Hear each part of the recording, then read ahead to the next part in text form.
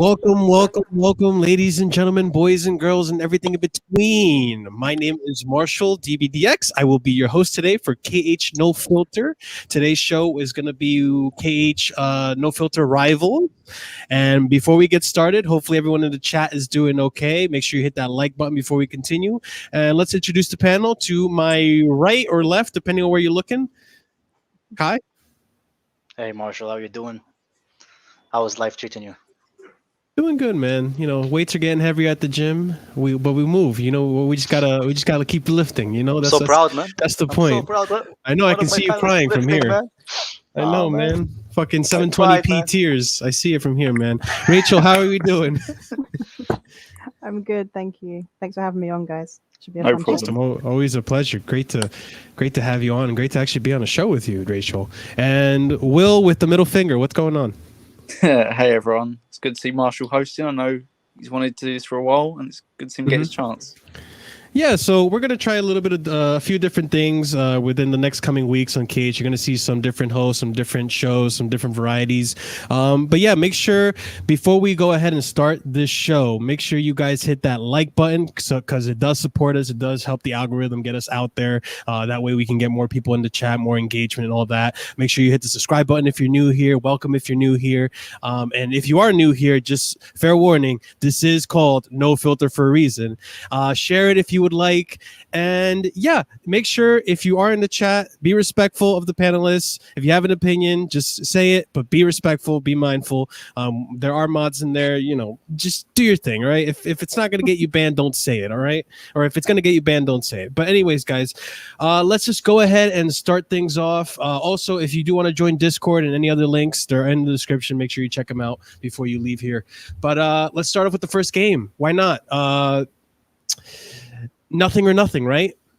Amazon Prime, the very first episode of the comedy was filmed today, called All or Nothing with Arsenal. Yeah. You know, it was funny. You know, it was really funny. I just heard today on my way home that apparently one of the commentators said that they asked which team got promoted, Arsenal or Brentford, during the game. So that's the game that we're going to talk about. Kai, we'll start with you. You actually were able to watch this game. What did you think, man? Hey man, you know what? You know what's really funny though? Arsenal, that fan. You see that badge on their shirt? They're just as useful as that fucking badge in Modern like Warfare, man. That team, man, it's expired. It's just like when I look at Arsenal, I don't see a big club anymore, man. It's just it's actually sad, but as a Chelsea fan, it's fucking hilarious, man. I love it. I love it. Arsenal fans, if any of you are watching this, I can't stand any of you, and I hope you keep this. I hope this sorrow and pain just continues for the rest of your lives, man, because it's fucking glorious, man. I love it. Love it. You know what's really funny is you bring up the fact that they still have freaking cannons and old school warfare material as their emblem, and I just thought the analogy, like, they gave Mikel Arteta the match to light the fuse, but instead of lighting the fuse, he fucking fell and lit the fucking whole club on fire instead. He did, man. That's what's happening. They're like a shipwreck. Rachel, what did you think of the game? Did you get to watch it? I did, yeah. And do you know what? I'm not even surprised by it, because all last season, all we heard was that Arsenal should be a lot higher than what they are. And I'm just like, your squad is shit. Straight up shit. Like you've got a couple of talented players. You know, you've got like Saka, you've got like, well, apparently Martinelli, but I rate Saka. Right, Saka's a brilliant player. Yeah. Partey had a bad season, but he's actually quite a good player as well. They have a couple of decent players, but the squad is shit. Like, they are literally 8th to 10th place club now. They're not top 6. Yeah. They're not top 5, top 4. They are not good enough. And it just didn't surprise me that they lost. I wasn't sitting there thinking, oh, Arsenal are going to smash Brentford 3-0. I was like, I wouldn't be surprised if they lost. Like, it's just they're trash. Blows my mind how Arsenal fans still think they're like the biggest club. Like, look, we all know it. DT. All right, listen. How in your mind can you possibly process that you still think you're the biggest club in London when you haven't even won a single European trophy? You know, like FA Cups, Community Shields, whatever the fuck you want. You haven't won the most competitive competition in all of Europe. and you still want to say you're the biggest club in London. It's shocking to me. It's shocking. Like even Spurs fans don't have the audacity to say that kind of like banter. At least they kind of know their place. They just don't know a good thing when they have it in Jose. But Will, what do you think of the game? You were there watching it with me. Was I? Yeah, I was watching the game. Arsenal are just shit, aren't they? They're diabolical from top to bottom. Their fans can't have any expectations for this year, because if they have expectations to finish in European place, they're going to be disappointed. They played a bunch of kids. Aubameyang and Lacazette were quote unquote ill. I highly doubt that. That's definitely a power play from Arteta. Maybe. It's such a coincidence, isn't it, that their two senior attackers are ill on the same day, the same time, 12 hours before a game. It's bullshit. Martinelli showed again why he's overrated as fuck. Nowhere near our youngsters' level. Smith Rowe was good, to be fair, but he had nothing around him. Tierney was all right, I guess, but Ben White got put in a fucking spliff, didn't he? Jesus God, Ben White got twisted and turned inside turned into a out. pretzel. Yeah, he did. He did. I thought for Brentford, they had some really good chances as well. I think Tony's playmaking was really good, although he didn't get a goal. I expect good things from him. And Canos scored, I think, on his debut for Brentford, and it was brilliant to see them win, because you saw what it meant to their fans. When they were celebrating, and it was a good game. Was Arsenal home or were they away? They were away. They were away. Oh, that's even better. Imagine. Actually, no, it would have been better if they lost at home. But like Will, you actually pointed it out, and I was about to say, like, literally the only, like, banter aside and rivalry aside, like, when you look at the Arsenal squad on paper, they do have some talents. And you look at, like, you named them Tierney, Saka, Emil Smith Rowe. Like every single game that you watch them, these kids are the standouts. One, I was shocked to see that Saka was coming in 70 minutes into the game. Like, why? I don't. Maybe it's match fitness or something. I don't like this. This is the thing about Mikel. I think the biggest reason they're not succeeding where they should be is Mikel Arteta. I think Mikel Arteta, like when you put Willian as a striker against Man City, that's when you know, like, dude, you're watching too many conspiracy football videos or something, man. Like, what are you doing? What are you doing? And like, was Willian even on the bench? I don't even know. Like, Pepe is starting to like get some form. He's not worth the money he was bought for still, in my opinion. Xhaka on his day has a good game. Like, there is talent in the team, and I do find it weird that Lacazette and Aubameyang didn't show up. And Aubameyang, ever since he got that money, that raise, he just hasn't showed up at all. He just took the money and ran. He's driving around. He's driving around fucking Dortmund, looking at thinking about the good old days. But yeah, I mean, look, they got beat by a bunch of bees. That's just to laugh for. When you have bees on your freaking logo, I'll laugh, and you get beaten by them. That's a joke, man. But I think Canos looked really good, like Will mentioned. Ivan Toney was impressive. He didn't really do like an assist or a goal, but the way he built up play in that game, and Arsenal just let them, that was good. And you know what, Kai, you maybe feel the same way. We do this about Arsenal every fucking time, but when they fucking play us, all of a sudden Granit Xhaka becomes like world class, and like Willian is like World Cup Willian again, and all this bullshit. What do you think about? Do you feel confident facing them next week? Me? You want to talk to me about that? Yeah. Bro, I mean, anyone. Hey, if after Lukaku seeing the game, how do you feel? Yeah, I feel like if Lukaku doesn't grab Ben White from the fucking collar and push him down the floor and just score past him, then we're doing something wrong, man. Because if that Arsenal team I'm sorry, but that Arsenal team is by far, as far as individual player, is the worst I have seen in a long time. And it's actually sad, because Spurs have a better squad than Arsenal. Once they signed Romero and all these guys, I think they are already. I forgot the guy that they signed from La Liga as well. Brian Gill. Yeah. Yeah, for me they the bypass. swap. Like Yeah. look at the quality of player that Spurs are buying compared to the quality of player that Arsenal are buying. So like once you start adding like oil to water, like the oil is gonna start raising above. It's the same thing with the fucking quality Mhm. of players that Arsenal are buying. Now it's no longer the minority of the players that are like kind of like average. It's the majority. Other than Aubameyang, I don't think that there's anybody in that Arsenal squad that I would want at Chelsea. That's how bad that team is, and I'm not sure if I want Aubameyang over Lukaku at the moment. But again, Mhm. like we're based on how Lukaku will do, Yeah, because yeah, yeah. with strikers you never know at Chelsea. They all look amazing until they come to us, and then they ended up looking like fucking like Charlie Austin, man. So you never know. We'll see. Yeah, we'll see. But That's hey, mhm. yeah, go ahead, bro. No, no, I was just gonna say that you bring up a good point, and the other thing that reminds me of what you just said is that I feel like a lot of the fan base out there, our fan base, and just people in general that watch the Premier League, feel like this year because Arsenal aren't competing in European football and they're not in many competition, that they're gonna be fifth or they're gonna be close to top four. Will, do you feel the same way about this Arsenal team as these people, or do you after the game has your opinion changed about them? I think Arsenal will probably get Europa Conference League football, maybe a bit below Oh that, my god. because you Yeah. got So like seventh? Is that seventh, right?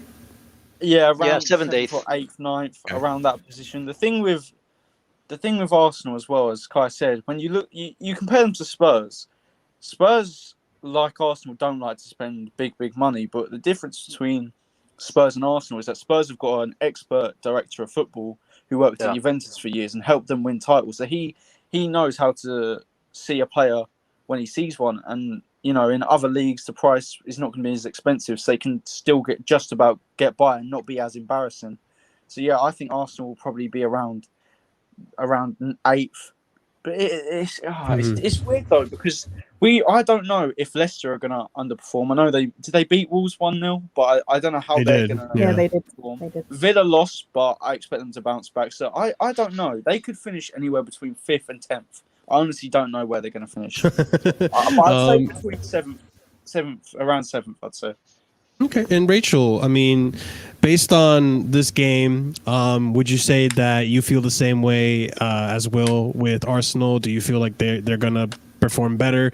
Do you feel that maybe the championship team quality has gotten better and Arsenal's just gotten worse? What do you feel? Tell me about what you feel about Arsenal. I think they're going to finish 8th, ninth, or 10th. I'm not joking. Like, it's actually I agree. I disgusting. agree. All of their little rivals now, so Aston Villa and Mhm. Leeds, and like maybe not Everton, but Aston Villa and Leeds mainly, they've improved their squads. I know Leeds got beaten by us, Mhm.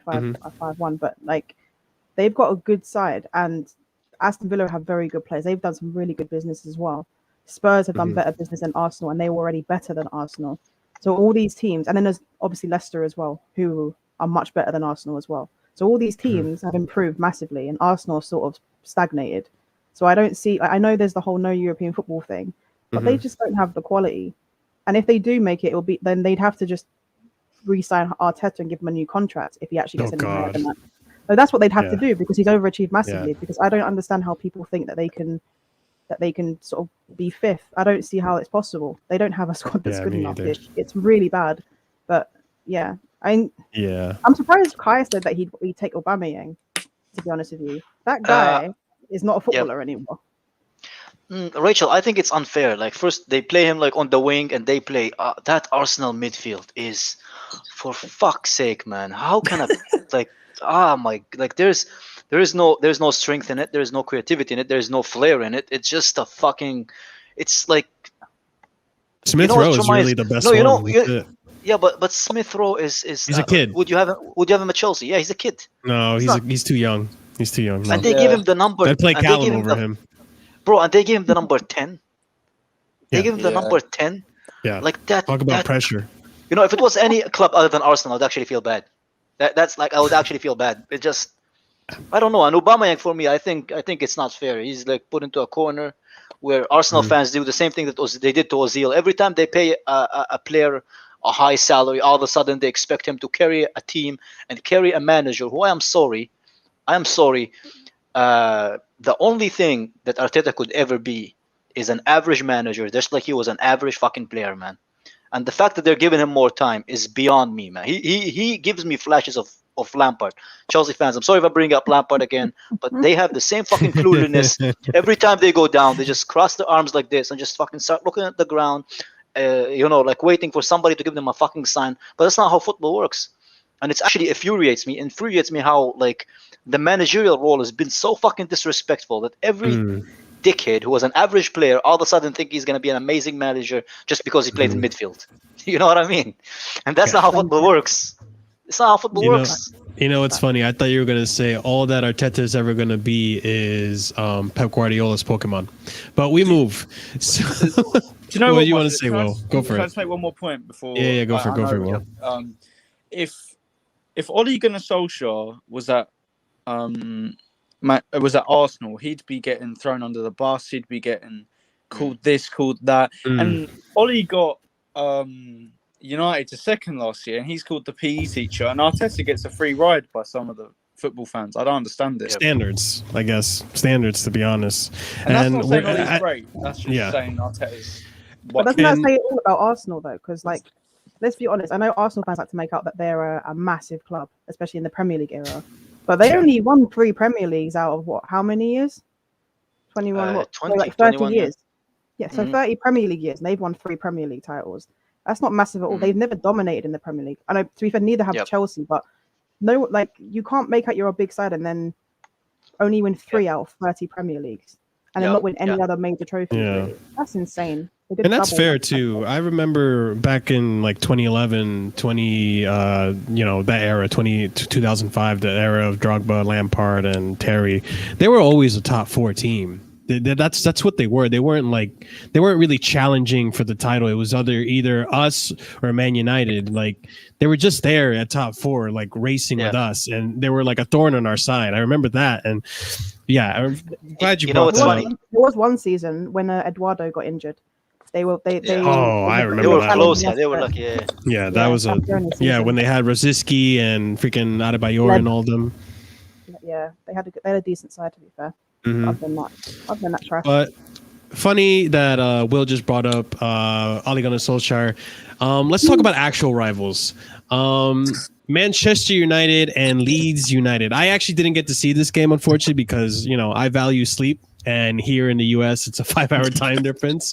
And I'm a delinquent, so I stay up all night. But 5-1. I was told that Leeds United and Bielsa actually improved and shored up that defense a little. Apparently not. Like, they just like, you might as well just put on the game from last year on rewind, like a recap, and people it would have been the same thing. They just got walloped. Like, Kai, did you end up watching the game? I don't know. I did. Hey, every time I get a chance to watch Pogba play, I watch, man. I fucking love that guy. Oh, man. He's good, man. I just love him on the ball, man. And the Jadon Sancho, man. Rachel, I'm so sad that you guys got Jadon Sancho, man. I fucking love Jadon Sancho. Oh, Rachel's and the fact that you actually did get him.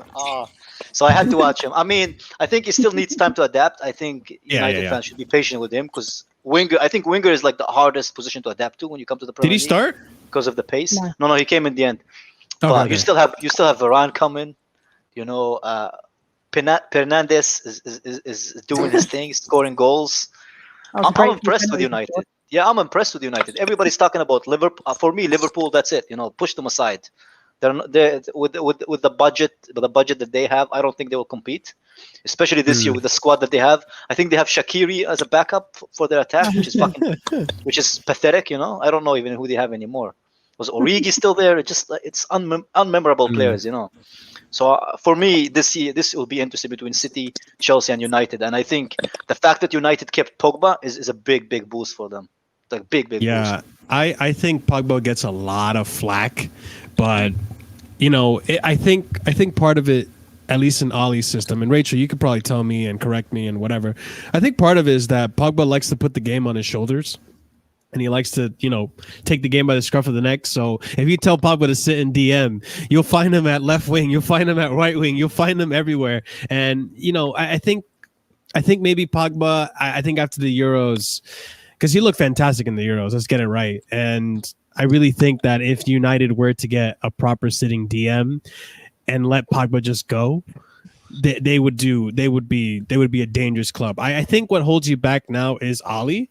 But Rachel, tell me about the Leeds game. So there's two sides of it, right? Like I thought we were very, very good. I thought we passed the ball very quickly, which is something we're not really used to. Will always hears me complain about this. Like we move the ball way too slowly usually, but against Leeds we were very good. We moved it quickly.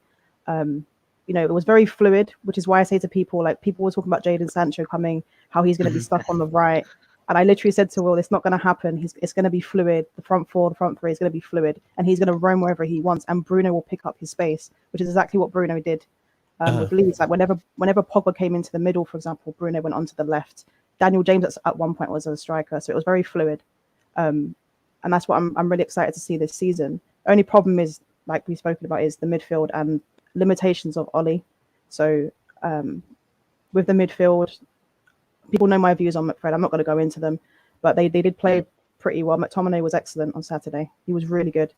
And yeah, I'm just curious. I'm taking it one game at a time. Like people were saying we're title challengers or anything like that. I think we might be there or thereabouts, but I don't think we're going to win it. I think we've got too many limitations. I think Chelsea and City are much stronger than what we are in terms of managers as well. So I think it was a great result, good performance. Leeds were trash. Honestly, like Bielsa's a good manager, right? A good coach. But how do you watch your team have a one-man press from your striker, have a massive gap here between the striker and the rest of the team, and not do anything about it for 90 minutes? How is that possible? He gave so much space to Lindelof and Maguire. He tried to stop. So Bamford tried to stop Lindelof and Maguire passing to each other, and then that just led to them getting space just to run with the ball into space. It was ridiculous, and he didn't do anything to change it, and they got punished. So Bielsa, I'm putting him on fraud watch for the week because that was shocking behavior. Shocking, honestly. Don't know what he was doing. That's that. You know what they say: when you get older, you get more stubborn. Will, your favorite player scored a hat trick. How do you feel about that? Hey, Bruno is not my favorite player, but to be fair, you love him. You talk about him all the time. He's your favorite moments player. He's a no. Okay. He's not as much of a moments player because he presses well off the ball, right? But yeah, United were a lot more fluid than I've seen them in. That was probably the most fluid I've seen them under Ollie. I swear, Bruno was even more advanced than he was normally. I feel like Greenwood didn't. Correct me if I'm wrong. Greenwood seemed a bit deeper at times. He picked the ball up well from a bit of a deeper position than I normally see him. I thought Greenwood was unbelievable. I'm seeing a lot of United fans say that go and get Haaland next year. Go and get Haaland next year. I don't think they need Haaland with what they've got. If it was between signing Erling Haaland next year for Man United and going for, I don't know, let's say Pogba leaves and they need to pay high wages for a Leon Goretzka and then get another midfielder, I think that would be better than wasting all those high wages on Erling Haaland when you've got Mason Greenwood, who, to be fair though, Will, don't you think that the fan base would kind of like us, right? Like if we never put in a bid for Haaland, you like the fan would basically be pissed. Do you think like if Man United don't or the Glazers don't try to get Haaland, don't you think the fan base will probably be really pissed off? I think, to be fair, I think the fan base is. Rachel, you'll know this as well because you're the United fan.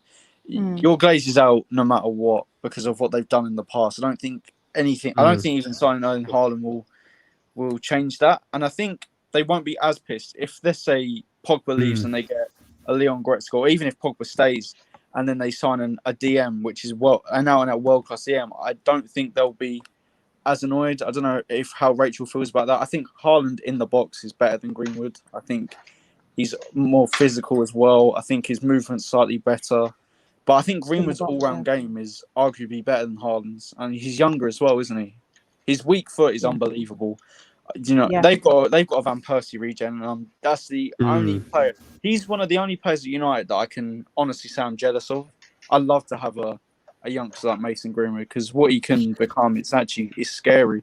And how, as I was speaking to Rachel about the other day, as he was put on the right-hand side, slightly out of position last year, he's improved his all-round game. So he's Greenwood is going to be unbelievable. Different structure, different folks. I don't necessarily agree about Greenwood. I do need to see more of him. I feel like unjustifiably he's been put on that right-hand side a lot. So I mean, once Rashford comes in, once Cavani's more fit, I want to see where Greenwood fits in this lineup, what he learns off Cavani, and where he ends up playing and where he ends up flourishing. He's still very young, but there is potential in the kid. I do have a question for Rachel, since you're a United fan, and I'm curious. I know you were impressed with how United play against Leeds, but seeing that you have someone who provides a lot of attacking output in Jadon Sancho, and once he starts going off, which he will eventually, he just, like Kai said earlier, he needs to adapt and get used to the system, get used to the players and the chemistry. But once he starts kicking off, will you be disappointed? Because let's be honest, when you play a bigger side, a Man City, a Chelsea, a Liverpool, all these games, it's counter-attacking football. Will you be disappointed if Man United go into these games in the future with the attack that they have, playing counter-attacking football? So it depends, right? So we never played counter-attacking football against Chelsea under Lampard or Tuchel. Against Manchester City, their midfield is so superior to ours that if we try to compete with them, like in a football sense, in terms of keeping the ball, we'll just lose. And the thing is, that as much as people hate Ollie, and as much as I don't think he's that great, one of the things he does do well is that he does adapt in big games. Like he changes things according to the opponent, right? So against Manchester City, we'll drop our line back a little bit and we'll try and stay compact. Like we're very, very organized against Manchester City. But then against Chelsea, for example, as soon as Giroud was on the team sheet, we pushed our line up because we knew no one was going to penetrate. And Tuchel made a mistake in that game because Tuchel should have brought on Timo Werner at halftime and he didn't. And because of that, we played a much higher line and we stopped you guys from playing out the way you normally would. So we do, like, Ollie is better in big games than what he is in small games. The problem with Ollie is that when it comes to making a change to try and win a game, so in all those games it was 0-0, Ollie doesn't take the risk. That's the problem with Ollie, in my opinion. When you're 10 minutes, 15 minutes at the end of the game, you should be trying to go for a win instead of just sticking to or settling for a draw. That's what I would say with Ollie. I think he's better than people say he is, but he's also not a world-class manager. He's not a Tuchel, he's not a Pep, he's not a Klopp.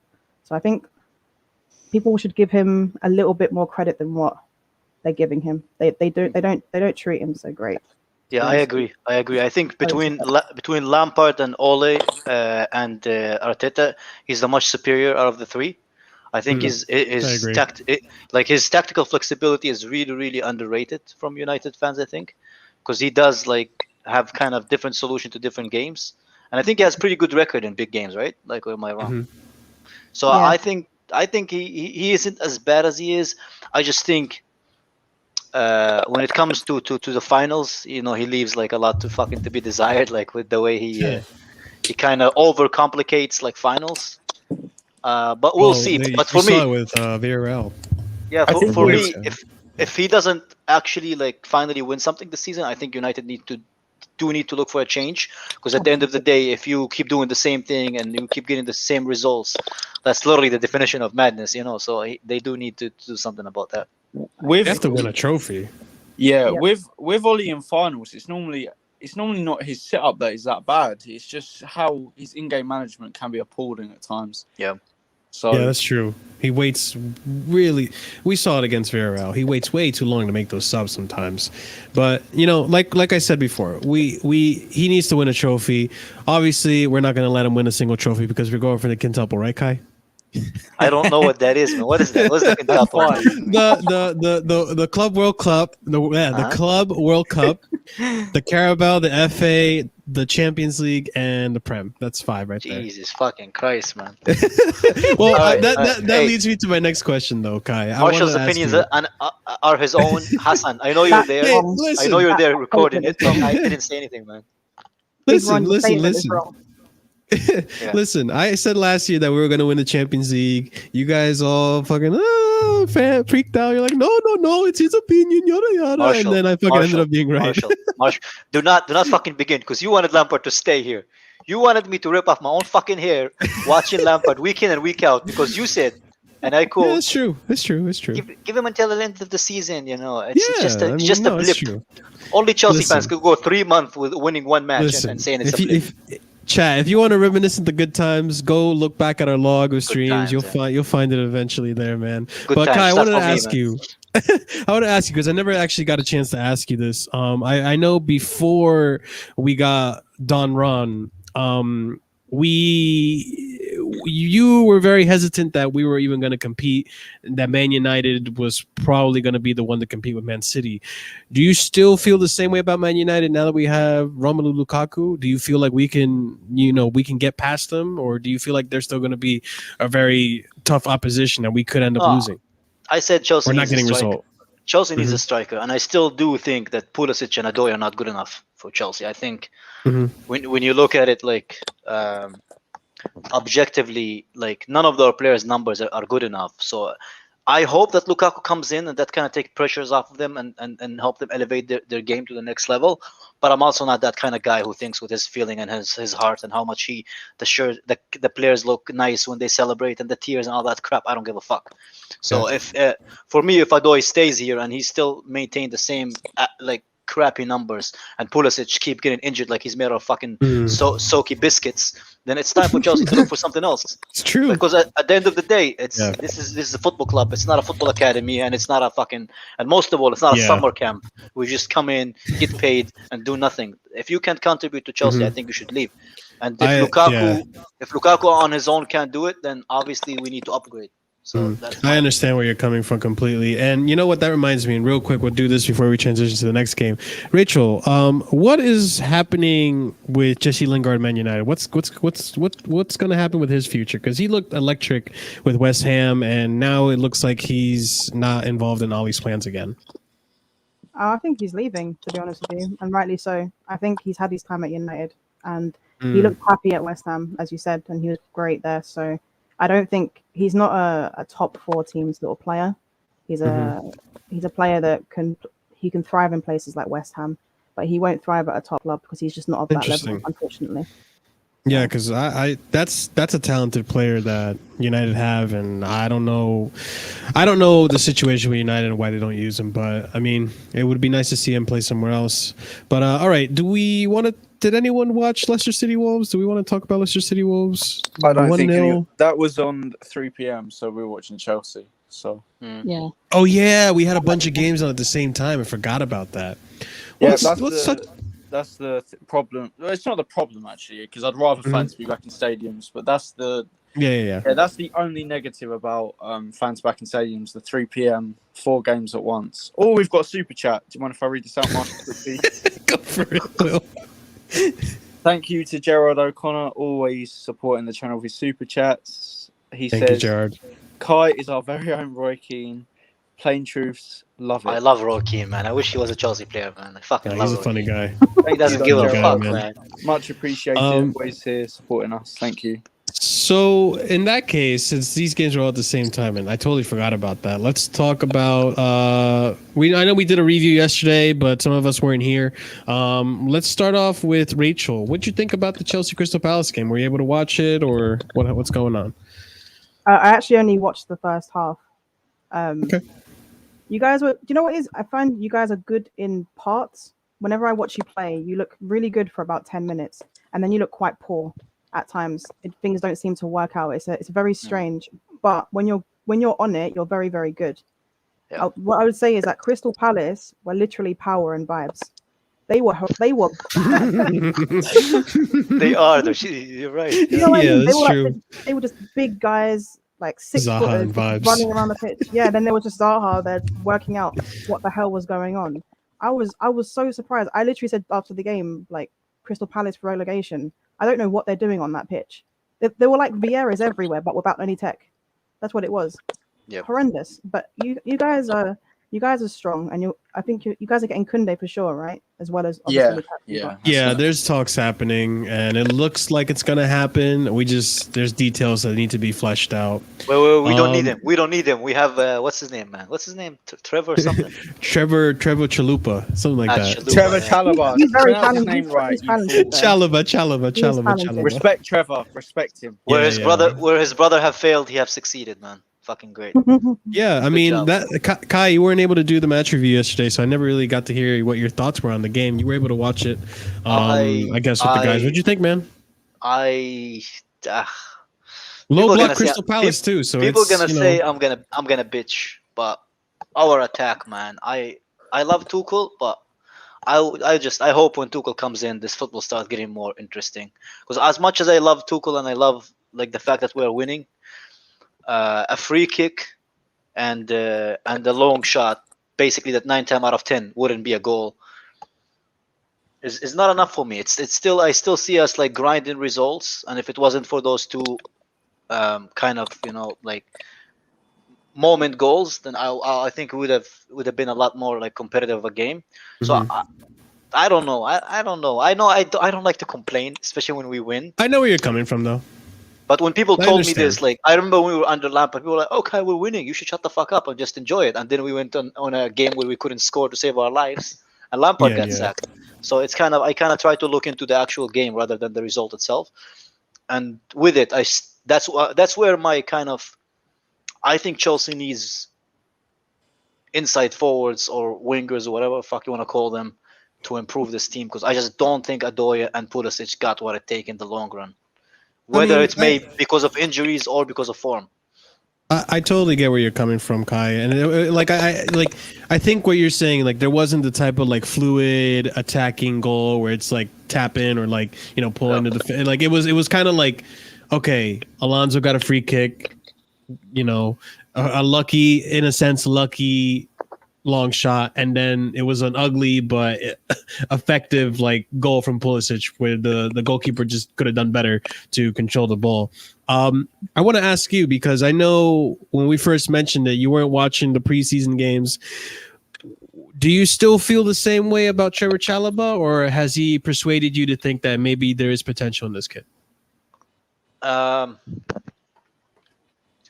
I think watching two games is a lot to kind of give a conclusion of a player, because you fair. can judge a player not based on their good games, but based on the bad games they have. I want to see how he's gonna react after having an actual bad game, and see how Uh-huh. he reacts.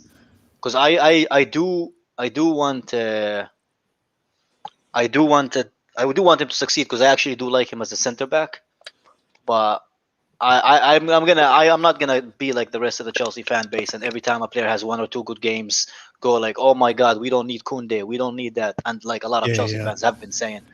I want to see Mhm. where he goes, because I do like what he's offering, but I want to see like if he can do it for like 5 or 10 games, not just Yeah, one or two.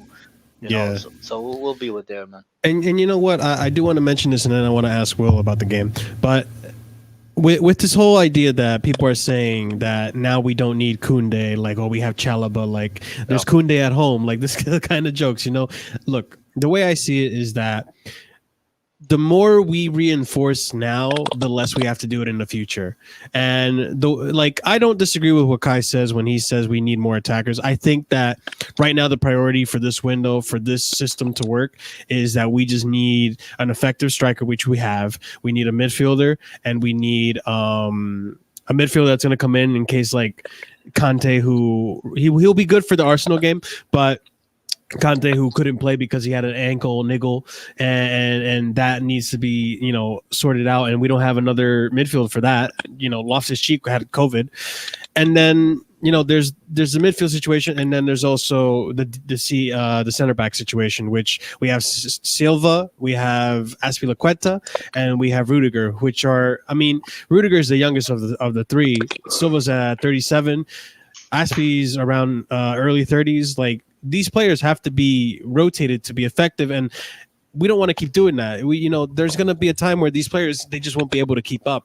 And I think having a Kunde and a Chalaba, like, why not? Like, why not get both? Kunde is going to be good. If Zuma leaves, then we get Kunde, and Kunde is going to be fit, slot right into the team. He's going to earn his place in the starting lineup, right? But he's going to be able to take place over Thiago Silva. And Chalaba, I like that Chalaba has versatility. He is a DM, but he's been playing as a center back. He played as a right back. Sometimes as a right center back. Sometimes I've seen him play as a right back. So there's versatility in that. I think Tuchel likes that. And I think this kid, look, he's talented. If he doesn't stay in the team, I want to see him go on a loan this season, in a Premier League loan, and especially seeing how his preseason went. It went really well. I think he's been outperforming what we all thought. And we'll see what happens, but I wouldn't mind having him in the team. Will, what do you think of the game? I, it was a good performance. I think. I don't think it was a great performance. I think there was a few areas I was impressed with, a few areas not so much. I thought Timo was really poor, really poor, and I thought Pulisic was meh. I thought he was all right. He wasn't that bad. He was good. He was all right, I guess. He's better than he has been recently. I thought Mount was the best of the front three on the right hand side. Mount looked good. It was a 7 out of 10 performance from him, I'd say.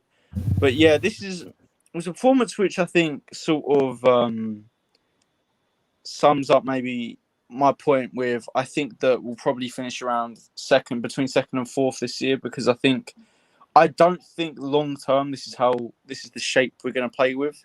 And I think didn't Tuchel say he's going to try something else? Sorry to interrupt you. Yeah, but he said he's going to try a different formation now. A 2-striker formation, now and out 2-striker formation. So whether that's a 4-2-2 or a 3-5-2 with Mount playing deeper.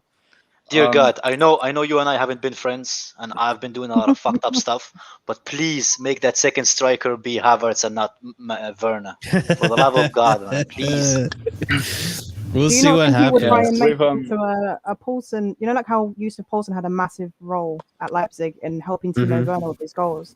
Do you think that's what Tuchel will try and do with Lukaku? No, I don't think so. I hope not, because I think Havertz is a better overall player than I agree with Kai. I think maybe against Arsenal, it might be a 3-4-3 transition into a 3-5-2, because Mount likes to sometimes join the attack and then fill in a role in midfield. Normally, when we've taken the lead, he does that. Do you want to go, Marshall? Go ahead, Will. Yeah, give me a second. Yeah, my camera kind of died. Give me a second. Yeah, that's fine. Okay. For me, how this season is going to go, I think it'll be City and Liverpool.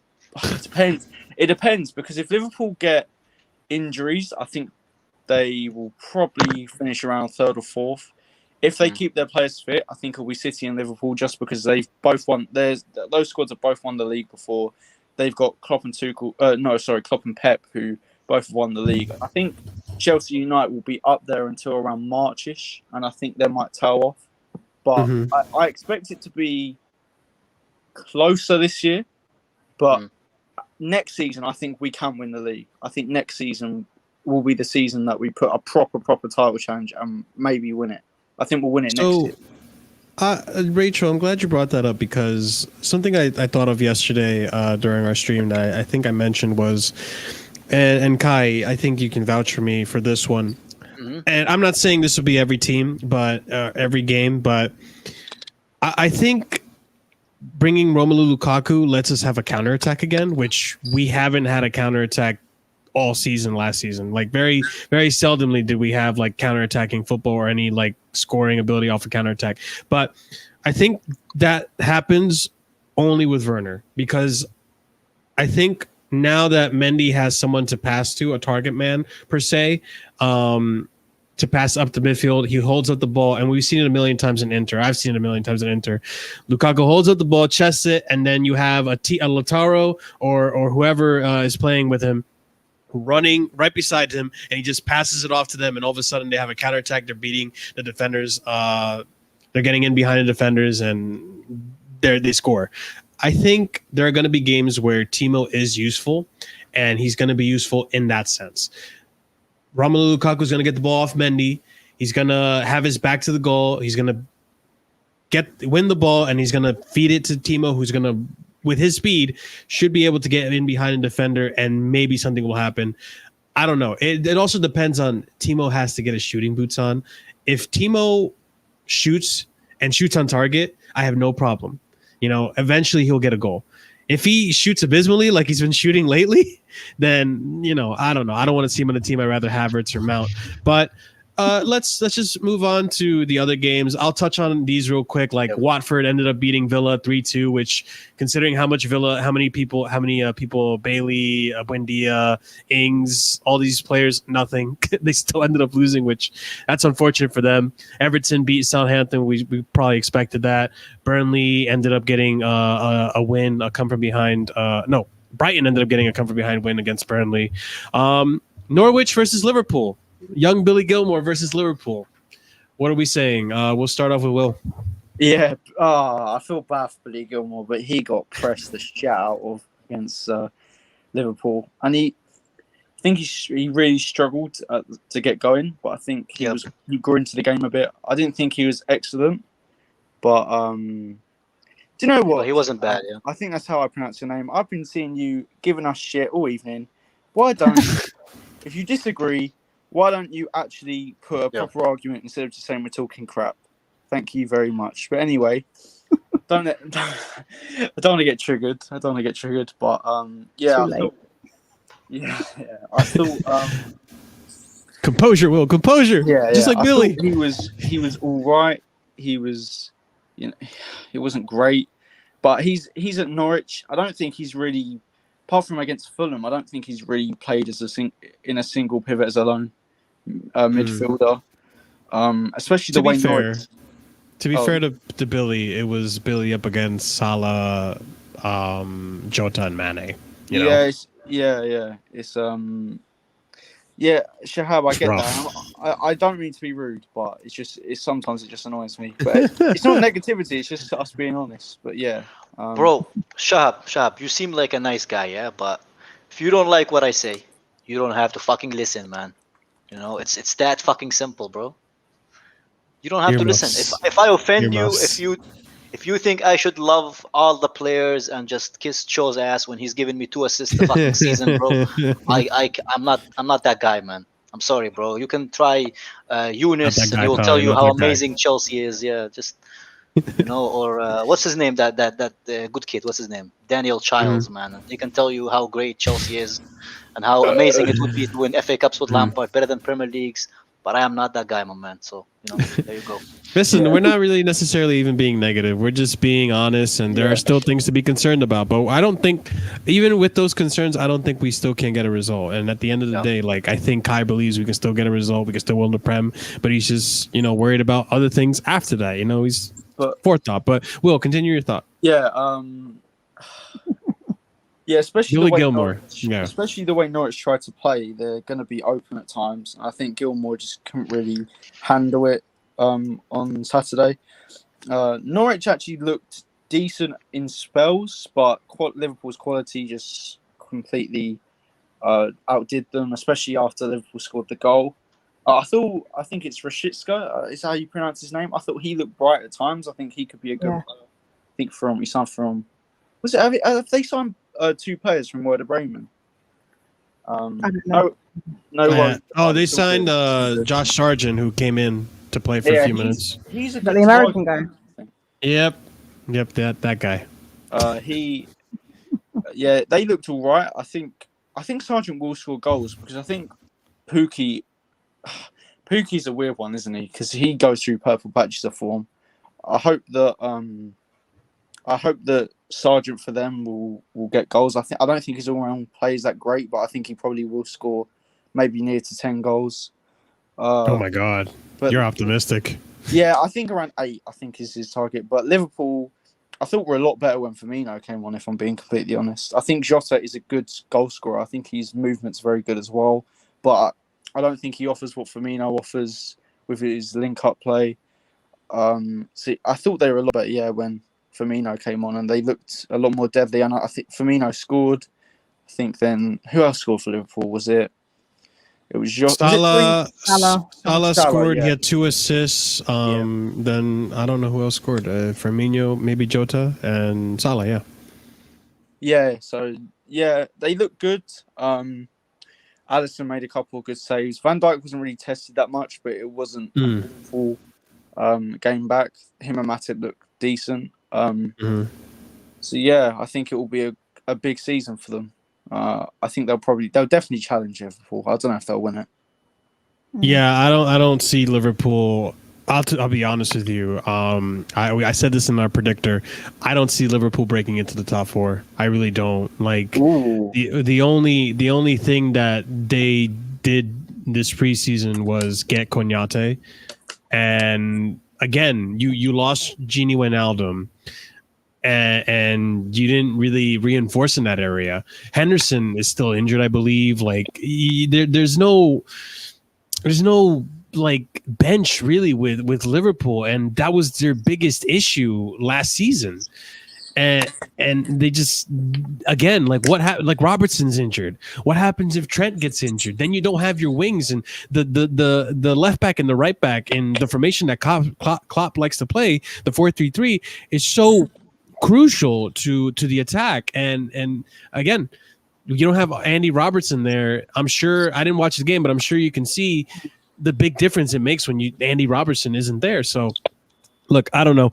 Salah basically carried them on their shoulders last season, as he you would expect from Salah. But Rachel, what did you think of Liverpool? Do you think they're convincing? Do you think they're going to make top four? What's the Rachel thought? Like on Saturday, I felt like like C1 London and Chris said it in the chat. I don't think their midfield was very good. I felt like Milner playing as a 6. Obviously, that's not his position. As versatile as he is, it's not somewhere he thrives at all. And I think that he struggled in the game. Keita was Keita played too, yeah. Yeah, he was decent at times, but I think he has to get back into sort of the rhythm of things because he hasn't injury prone too much. Yeah, but they didn't look great. When Fabinho came on, they looked much more solid. And you're right with like Firmino. Like Firmino is just his link up play is very, very good. I mean, he's actually a midfielder, isn't he? But yeah, his link up play is very, very good. If he scored more goals for them, he'd be like the perfect striker for them, wouldn't he? But he's just not that kind of guy. He'd be known as one of the best players in the Premier League if he was a bit more clinical. Even if he got 5 to 6 more goals a year, I think he'd be cool. And he misses sitters a lot. Like that's the problem. When a player misses sitters, even if they score say sort of 10 to 15 goals, people will always know them as someone who just isn't clinical, and no one wants to be named that if you're playing a number 9 anyway. But I don't know. When you've got a front three like that with Mane and Salah, and Mane's probably going to have a good season this season compared to last, and Salah's always going to score goals. I think Liverpool will always be a threat, but considering Manchester City are probably going to have a slow start by the looks of things, and Man United will probably fall off, and Chelsea, we don't really know if they'll fall off or if they'll maintain a title challenge. Liverpool, I think it will be very close between the 4 teams, and then there will be one team that maybe wins it by maybe 5 or 6 points towards the end of the season. So that they'll be there or thereabouts. What I'm curious about is Leicester, though, if they sort of come into it a bit, maybe not challenge, but be about 7 or 8 points behind, just sort of that's what I'm curious about. I agree with you, Rachel. I think a lot of people sleep on Leicester because they're Leicester, but I really think that this Leicester team with Brendan Rodgers, the way they were managed yesterday, I mean last season, I really think that this team could be the one that overtakes Liverpool for that 4th place spot and ends up pushing Liverpool to 5th. But Kai, I don't know if you watched the game, and if you did, yeah, I did. What do you think of this Liverpool team? Do you still think that they're going to be like a team to really a force to be reckoned with, especially against Chelsea? I think they'll be a very good team against like the smaller teams. But as the season go by, I don't. The thing with Liverpool, I think they have a good start in 11, but when you go deeper to the squad, it's just it's a very average squad, to say the least. I don't think they're that good. And Turayan, I love you, bro, but Mia Khalifa has a bigger chance of becoming a virgin again than you winning the Premier League again, bro. That's how far I would go with you guys winning the Premier League again with that squad. I don't think it's going to happen, especially considering the fact that Man City is that good. And we know, like last season, how Man City started like crap. And as the season went by, they just start regaining their fitness and whatever. Chelsea have a very, very good squad, we have a lot of depth. And same thing with United with United. So I think at the end of the day, squads win you leagues, not 11s. And Liverpool was lucky that when they won it, that they didn't get any injuries. But now it's starting to happen, So I don't know if I will see them winning the Premier League, but if God wants to make this year even worse for me, why not? I agree with Kai though. Like that, he shares the same sentiment I do, which I think is like this Liverpool team. Once again, even this season, they didn't learn from last season. Even this season, they're one injury away from falling behind again. Like Rachel, you pointed it out. Look at that midfield: Milner, Keita, And who was in their pivot? It wasn't Fabinho, was it? I don't think Fabinho was No. started. No, it wasn't. It was someone else. But again, like who was it? Origi, they paid a Shaqiri. They paid a 3 of. Shaqiri's not at Liverpool anymore. He left, to the Lyon. Yeah. Oh, yeah, he was sold. Even more of a reason why But- I think like this team isn't, Yeah, that's it. Oxlade-Chamberlain. They played. Chamberlain, yeah. Chamberlain. He was It was Chamberlain. Yeah. Keita. And he's getting back into fitness too because he just recovered from a terrible injury. And again, he's also another injury-prone player. Naby Keita and Oxlade-Chamberlain, 2 injury-prone midfielders. And who are you going to rely on when they're not there? And the biggest issue and Jordan Henderson, 3 injury-prone players right there. Who are you going to rely on when those 3 are injured? Like youngsters again. You're gonna put Nat Williams in the midfield, like what are you gonna do? So I don't think this team is gonna compete. I really think if they can stay fit, good for them. Mane needs to pick up his game, and so does Firmino. I think Firmino is gonna. I think this is the season for Firmino. I'm not gonna lie. If Firmino could really step up, score goals, and be more clinical, really help out with the attacking 3.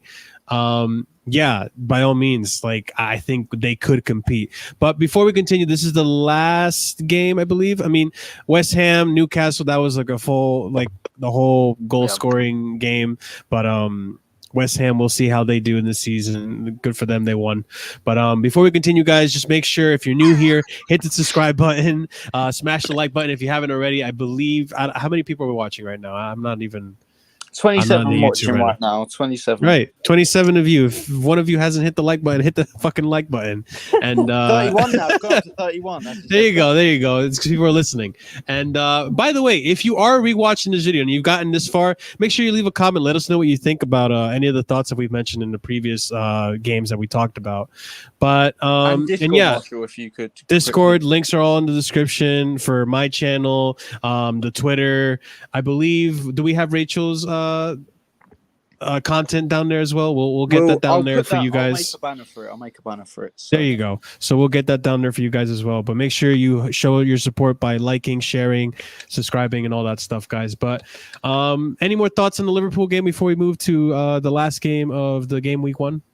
I think we've covered. I hope they get relegated. That's pretty much it. Yeah, Salah FC. So we'll see what happens. But all right, guys, this one was. I think this one surprised us all. I'm not gonna lie.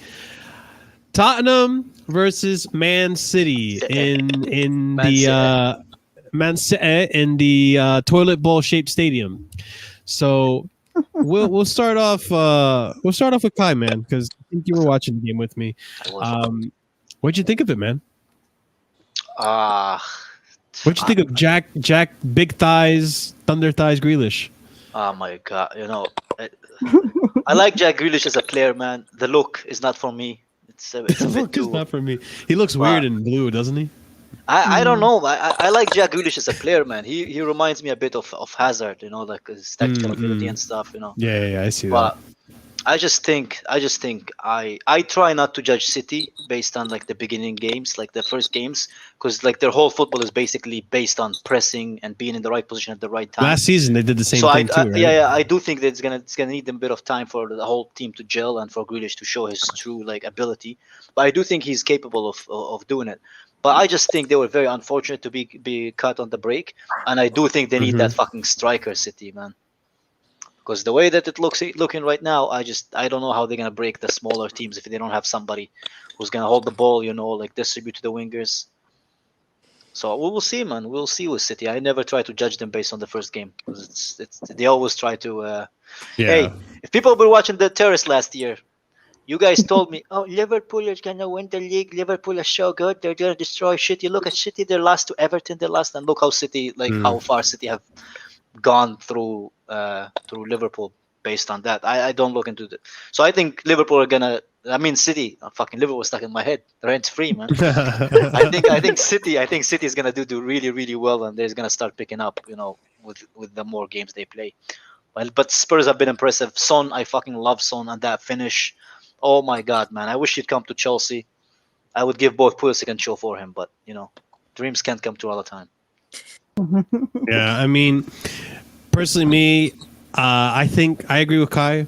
I'm not sleeping on Man City. I'm not taking this as a sign of like, oh, they can't beat Spurs and bad things to come. Like we saw what happened to Man City last season.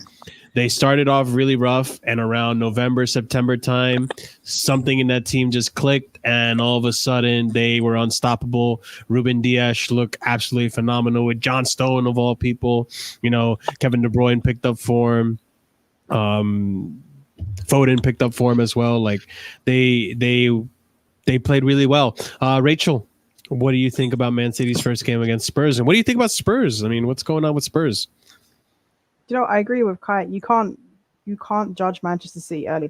They have poor starts sometimes, and they just go on a stupid run where they win like 15 games in a row, and then all of a sudden they're top of the league, winning by 6 points. So I think City, you just have to wait. And the same thing with Jack Grealish. I think he would need some time to sort of get used to the way Pep wants him to play. Like Grealish is used to having a lot of the ball at his feet, whereas Pep likes to pop the ball off. It's all about movement, isn't it? So Grealish has to sort of change the way he plays a little bit and adapt to the way Pep wants things done. And he definitely has the ability to do it. So I think just give him a bit of time and they'll be fine. And I think they'll be right up there. I think I still have them as favourites, to be honest with you. And it looks like they're going to get Harry Kane. So there's that. So I think they're just too strong. But in terms of the game, I thought Tottenham, like the first 18 minutes, I thought Tottenham were getting battered. But I did have a feeling before the game they were going to win because Tanya was like really, really down about it. And I was like, Tanya, I think you guys are going to win because you guys are so pessimistic about the game that Tottenham will just surprise you and win the game. And then after the 18 minutes, Spurs they countered really well. They were controlled. The defense looked decent, even though it was Sanchez and Dyer, which they're not the best players. But I thought Tottenham countered really well. The only problem is that the end product at times was really poor from Tottenham. That the final ball just wasn't there. But if they improve on that, then they might do quite well against the bigger teams and then struggle against the smaller teams this season if they don't get a striker to replace Kane. I think that's probably how it will go because their midfield's not good enough to control games at the moment. So I think they're going to have a very up and down season, but I think they'll finish in like the top 6, 7. Yeah, I was surprised with that midfield. I'm not going to lie. I expected to see Ndombele and actually, yeah, this is about it. Ndombele, Højbjerg, and Dele Alli in there. And to see Ndombele excluded out of that was interesting by Nuno. I'm not going to lie. But Will, what would you think of the game? I was impressed with Tottenham for the majority. I agree with what Rachel said at the start. Man City were all over them. Mahrez missed a really simple chance which he should have scored. I think Torres had a chance as well. But I think players like Oliver Skipp, who was Højbjerg's partner in midfield, I think he grew into the game once he got on the ball more. I thought Japhet Tanganga was man of the match. I thought he was superb. He was incredible. He's got a lot of potential. It's just obviously he's had a lot of injuries, especially under Jose, because Jose liked him a lot at the start, played him in the games like the Champions League, and he just kept on getting injured.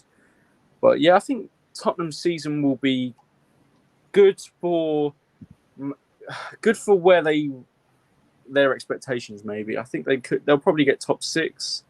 They'll be back in the top 6. They've got some bright young players like Oliver Skipp, like Tanganga.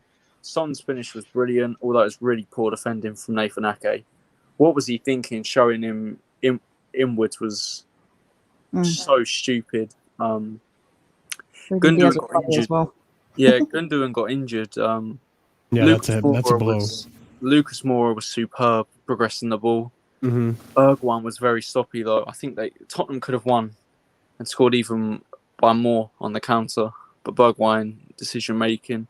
But yeah, as Shahab rightly said there, Benjamin Mendy is so poor. Facts, he is terrible. Oh my God. I don't know why Pep plays him when they've got Zinchenko, who's better in almost every way, better than. Yeah, Mendy. I don't disagree, Shahab. Yeah, now they've got a director of football in as well. They've made some good signings. It could be a good season for them. But Dyer and Sanchez at the start of most seasons, they always go through a purple patch of good form. And I hope that Dyer and Sanchez stay at Tottenham because I hate Tottenham with a passion. But if they can they can sign another centre back or a right back and then play Tanganga with Romero, I think they'll have a decent season. Yeah. Freaking C1 Lunde Ake Bob Marley with the left foot and a dream, man. Jesus Christ, this liability. Nathan Ake is an interesting one. Again, I'm surprised to see why he was back there and not John Stone, but I don't know.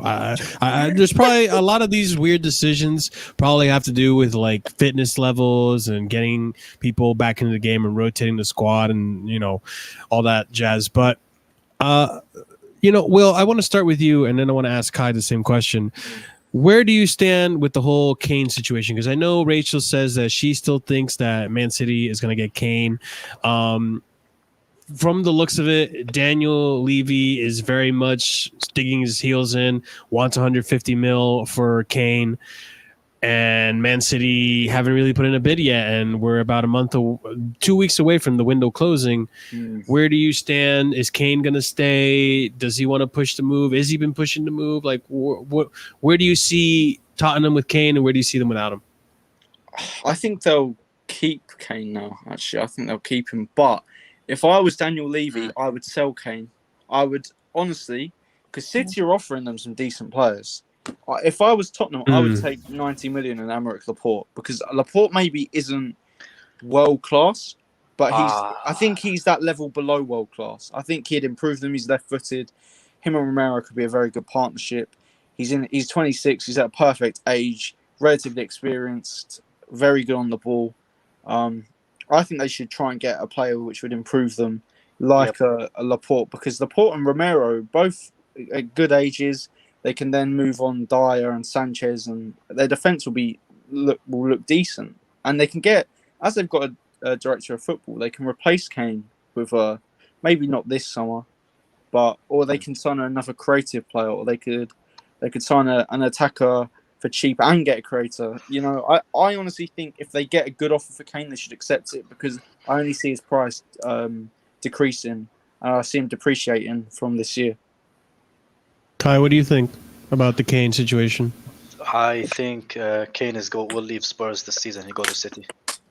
I honestly think that after everything that happened, the fact that he didn't show up to training, I think it's a little bit too convenient that they're trying to cover it up with all that stuff. And I think at the end of the day, he will never be to Spurs fans what he was to them before that. Like, he spoke out to Neville in that interview. So it's they could be like kind of do what Arsenal did with Sanchez, and in the end just end up, you know, him being miserable and playing like crap until they sell him. Or they could just like pick up the money, you know, and build a squad, you know, build a new team with the money that they get. Hopefully they learn from that fucking Bale money that they just wasted on absolute 7 piles of trash.